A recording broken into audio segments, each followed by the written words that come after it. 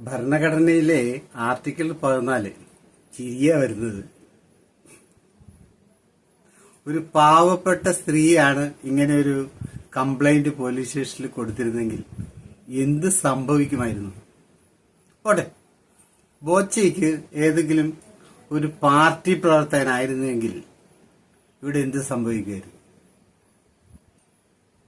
ഇവിടെ ഇന്ന്